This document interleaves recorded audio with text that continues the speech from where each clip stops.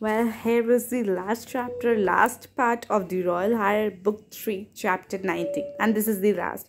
Sneak over Debiel for some alone time. So, yes, I'm doing this for some 20 gems. And one gem left. Okay. Emil takes you on a short drive around one side of the Duchy's lake. He gathers several blankets from the back of the car and leads you up to an overlook.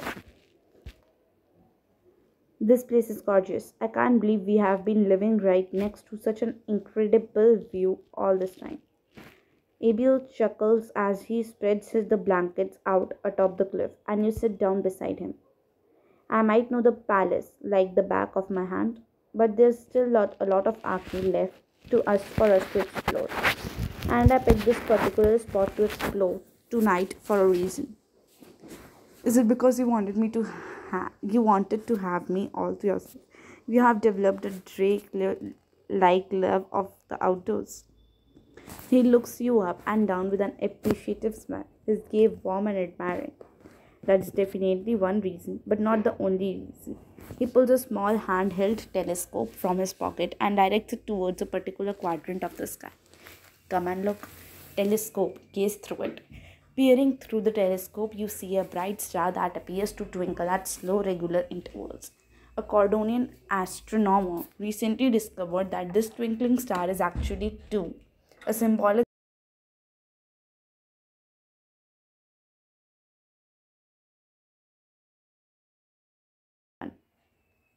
Exactly. The new star in the system was given a scientific name, V254 Argus, but since it was discovered by Cordonia, I pulled a few royal strings for the chance to name it. After today, the star will be known as Arya Regia. Ibil, I can't believe you're literally writing my name on in the stars. You mean more to me than all the stars combined. So it seemed like a fitting birthday gift. But before the name's completely official, I wanted my queen thoughts on whether it is an extra letter title. Something like Arya Regia, the beloved. I like Arya Regia, the beloved. Arya Regia, the undefeated Arya Regia, the irresistibly sexy. Undefeated. That's perfect. Inspiring fierce, just like my wife. He slips an arm around your waist, and you turn to meet him, pressing your lips to his. The kiss fills you with warmth from head to toe. Thank you. This is so beautifully, incredibly thoughtful. You deserve a thoughtful gift, especially today. He gently lowers you onto the blankets, propping himself and one elbow beside you as he leans down for another lingering kiss. Mmm, that's not a bad gift either. He smiles and kisses you again, slow and reverent. His body a warm weight against your own. You know I'm all yours, Arya. Always. Then, need more than just kisses. Come here and cuddle with me. I'm going to need more than just kisses. I thought you might. While you lay back in the tangle of blankets, he kneels over you and begins to loosen the fastenings of your clothes, piece by piece. The air is cool, but he warms you by pressing kiss to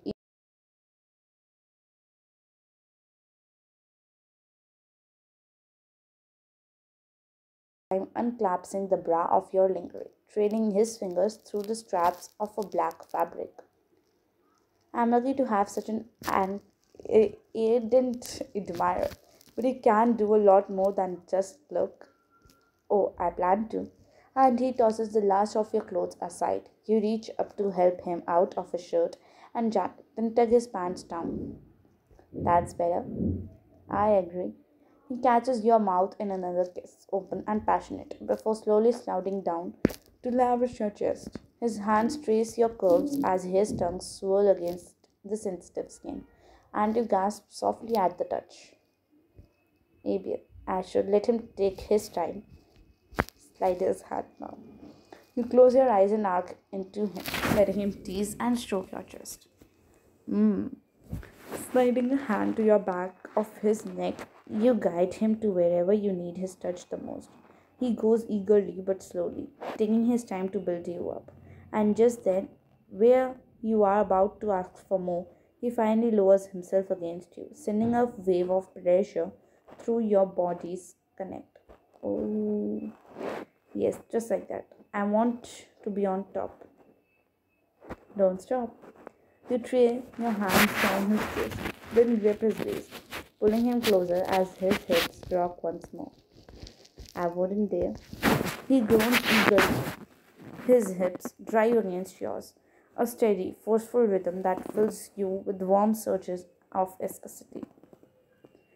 Everything falls away, the crisp night air, the glittering lake beside you, as Abel's movements carry you to a new height of pleasure, and the tension finally.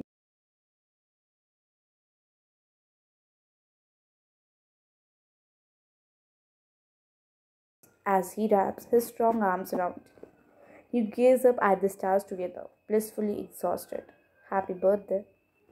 You have definitely made it an extra happy one. He chuckles, and you feel the warm rubble of the laugh within his chest. Good.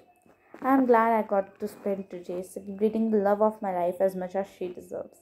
I want to take every birthday we spend together even more special than the last. You have set a pretty high bar for yourself today. Well, I appreciate a challenge, especially if it's for a good cause.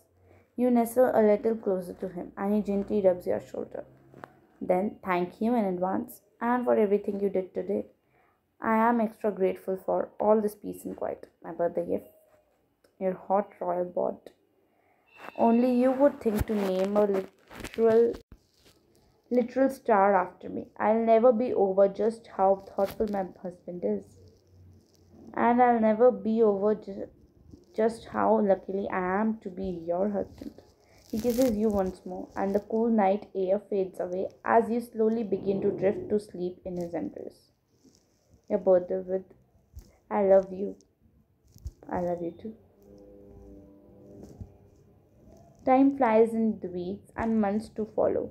For what feels like the first time in a long time, you and Abel are safe to enjoy your time raising Eleanor and to help your friends heal all the damage your enemies have done over the years. That's how you find yourself in the palace one afternoon after Abel has called a meeting on the royal council.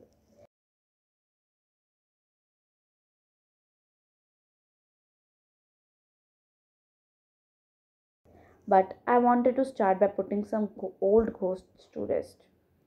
We need to investigate where Bartholomew got so much money and resources and bring those who helped him to justice. And we'll need someone to dig into Cordonia's most obscure bylaws. We have had people look into them in the past, but clearly we need to get the extra mile. We need someone detail oriented to ensure that no one can use them against the throne ever again or my family. Someone like Bertrand Baumert, me, even after everything my house has done. Who's better to redeem it than you, the head of the Vermont? You want me to return as head of the house?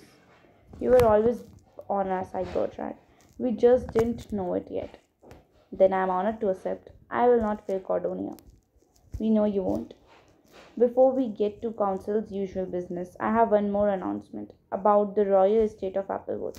The orchid's slowly been recovering ever since Anton's attack, and after everything our kingdom has faced, I thought we could use a symbol of healing, of hope. I have dedicated to more resources to fully restore the orchid. The gardeners tell me it will take 2 years before it's ready for a proper harvest. When that happens, I hope we'll have a lot more than just an orchid to celebrate. But until then, let's get to work. There's time for work, for play. Before long, you and Abel are helping to move Eleanor and the things into the playroom. We thought our big 2-year-old girl should say hello to her new bedroom. Hello, Eleanor, big girl room. You are trading in the bars of a crypt for walls of a castle. Castle. You are so big now. Look at you go. Soon you'll be.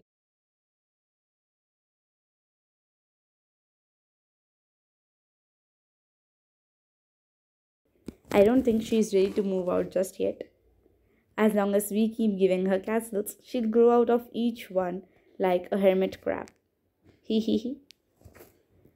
We can't wait to keep watching you grow up, sweetheart. There's time for fun. Welcome back to the Julia Rivera show. We are here with the Maxwell Baumit to talk about his newest tell all about his father and Cordonian politics, son of the cat. So, Maxwell, in your own words, what do you want fans to take away from this book? That we often think of our parents as our parents, which can blind us to their worst qualities. Sometimes, to outgrow them, we have to see our parents as people, flaws and all. That's so touching. And how did it feel writing about your father in such a way? It was hard at first, but I had my friends to help me through it. And now, this little squid has separated from the pod and become his own non evil kraken. Go Kraken, well screech. Your fans sound excited. Oh yeah, that's my fandom's new cheer. It's the Kraken's call. There's time for milestones. Happy birthday, Nanny. You place a cake with 3 candles in front of your daughter. We love you so much. Ruff ruff. Arf arf. Purr. Cake. It's all for you. But first you have to blow out the with the big huff and then you blows out the candles. Cake. Somebody's eager. I get girls getting more strong wild every year. Just like a certain someone I know. Hey, I'm happy to take credit for passing on all my good traits. Cake. Coming, Nanny. Cake. Hand it over. You cut a slice of cake and hand it to Eleanor.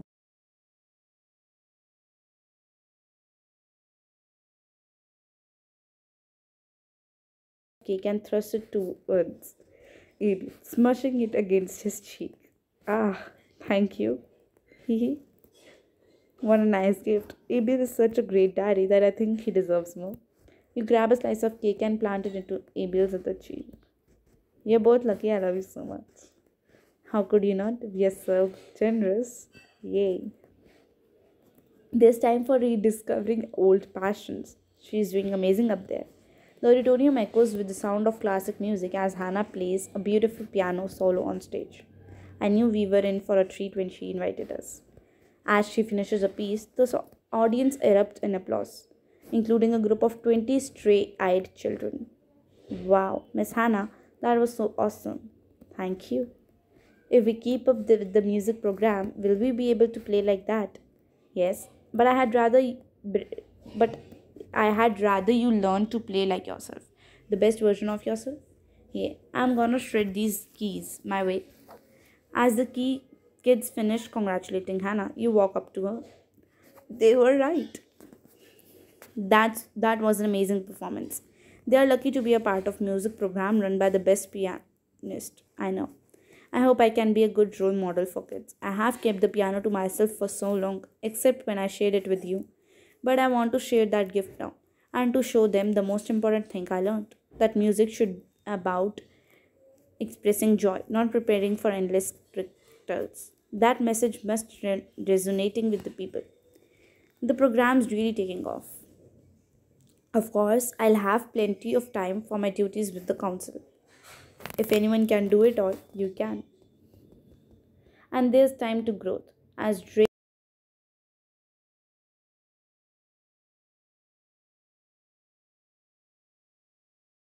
Reserve is officially open. Congratulations, Mr. Walker. What was your inspiration for pushing for this reserve?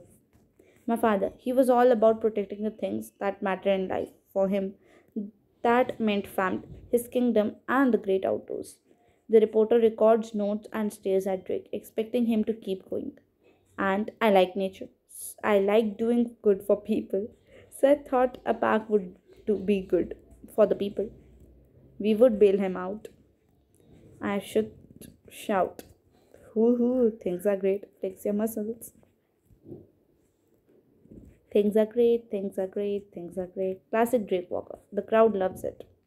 Hey, things are great. You can quote me on that. I think we got what we need. The reporters finish taking their notes and disperse. You and your friends approach Drake.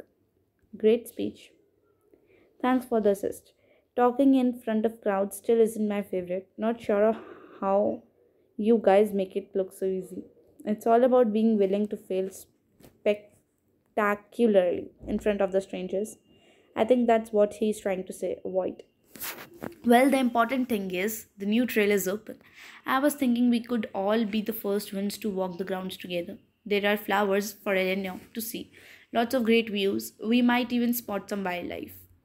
Flowers. A private tour from our wildness expert sounds interesting. Plus, it's been a while since with the six of us have hung out. We could turn it into a picnic too. I want to see the project that Drake has been so excited about. And I was always wanted to add Intrepid Explorer to my list of personal accomplishments. Play this exclusive scene to explore Drake's Park with your friends. Sorry. Go to nature's reserve, retire for the day. Hmm. I think Elena wants to get home soon. We'll have time to explore it another time. Home. 2 years have passed since Abel announced his project to restore the Applewood orchard, and now you gather for a ball at Applewood to celebrate its first official harvest. The ballroom is abuzz with guests, a lively who's who of Cordonian elite. It feels like forever since we hosted an event at Applewood. Cordonia deserves a celebration, especially one without the pressure of international guests. Of course, yes. Guess a bit of national pride is good every once in a while, even if it means being in close quarters with more irritating members of the court. Drake casts a sideways glance at a familiar figure across the room. Almost makes me wish I was at the sleepover with Eleanor and Barty. But then I remember that if I was here, I couldn't get my drink on. Hearing this, a server approaches with a tray. Sparkling cigar for the toast. It's from Applewood's own orchard. Thank you. How fitting. Fitting. The tingling of the glass sounds, and all eyes turn towards Abel as he begins host. A toast. Friends and fellow Cordonians, I want to thank you all for sharing this celebration.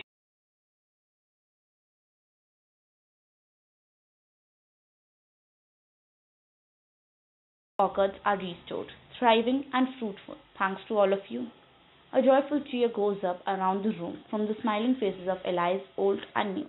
Hear, hear. Cheers to that. Huzzah! Well said indeed. And I would be remiss if I didn't give a special thanks tonight to Arya, my queen and mother of our hire, Princess Eleanor. You have done so much for us all. Thank you from the bottom of my heart. Woohoo! We love you. Say a few words. You step forward and take a place by Abby's side.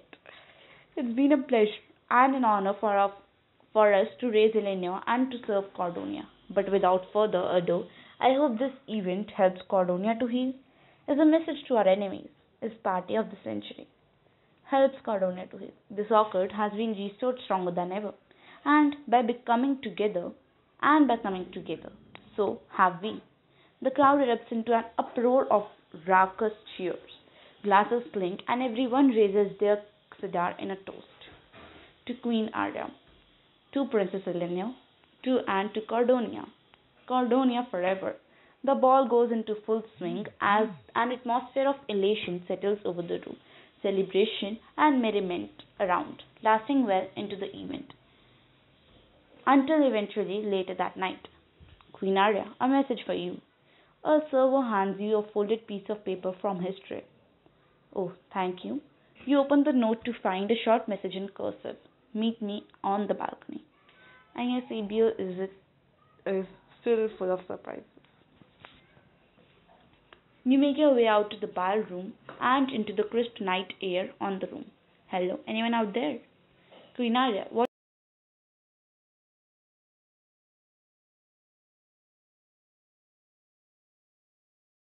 Of course, there's much to discuss. This is something different about Eric's demeanor. Gone is such a jovial, flamboyant silliness you know from him. Instead, he's composed intent. Eric, you weren't invited to this event. How did you even get in? Oh, one mystery at a time. I must congratulate you on 2 years of quiet reign since ousting Bartholomew. It's a shame that the plans we had for him had to be scrapped, but the old man clearly outlived his usefulness. So now those plans must fall to you. What are you two talking about? Who is we? Ah, allow me to show you. Eric turns out his coat lapel, revealing a small gold pin with a strange sigil. Strange pin. I've seen that symbol before. On a message in Bartholomew's lodge. Who the hell are you? We are the sword that keeps the crowd in check. We are Via Imperial. Is that name supposed to mean something to me? Cut to the chase. Explain yourself now. Straight to the point. We do appreciate that about you. We. I don't say anyone else. We keep well hidden all over the world. Our members pull strings to make sure the right people hold the power, wear the crowns. You mean the people you choose. So you are what? Some sort of secret society. We are the secret society. Do you really think Parthileme could have been successful without connections? You think back of old questions nagging at the back of your mind, the pieces falling into place. That's how he had the resource to hire those mercenaries, to have Olivia captured, to back so many corps. If this is true, then I want you gone. You are never getting into Cordonia.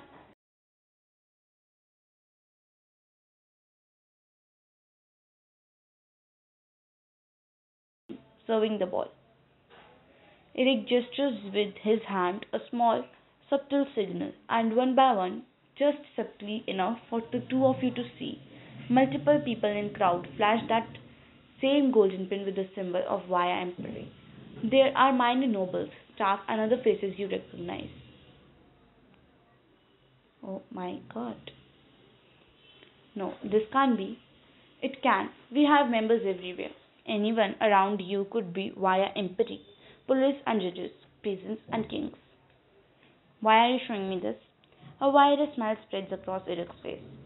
So you understand that Barthélemy was a player in a much larger game. And since the powers that he and I serve still haven't gotten their way with your kingdom, I have come to relay an offer. We want you to join us. What is this? What does this new threat mean for you, for your family, for Cordonia? Find out in the final book of the series. Oh my god.